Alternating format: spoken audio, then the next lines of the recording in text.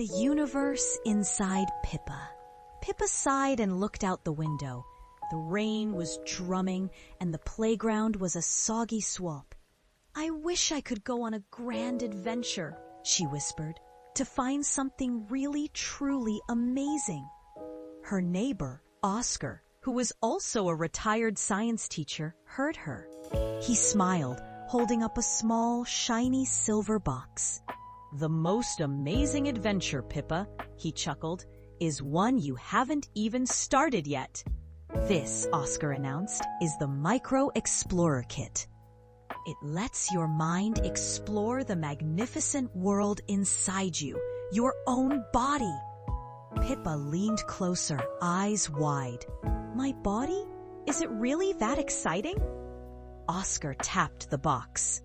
"Start with the bones. Did you know a grown-up has 206 bones holding them up?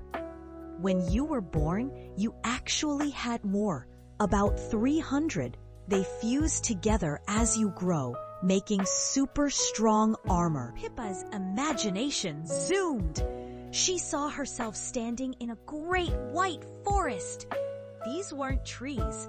They were her sturdy skeleton. "Wow," she thought, "I'm built like a fortress." But suddenly, the bones started moving.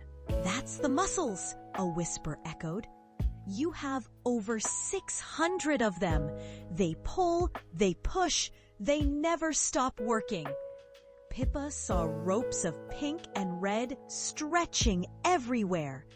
They made her fingers wiggle and her eyes blink. She raced up a giant, busy muscle. "This is your heart," the whisper explained. "It's a specialized muscle, always pumping. If you put all your blood vessels end to end, they'd circle the earth more than twice." Pippa flew onward until she reached a sparkling, electrical city nestled in a soft, gray cushion.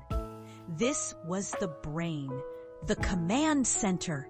It uses energy faster than any part of your body.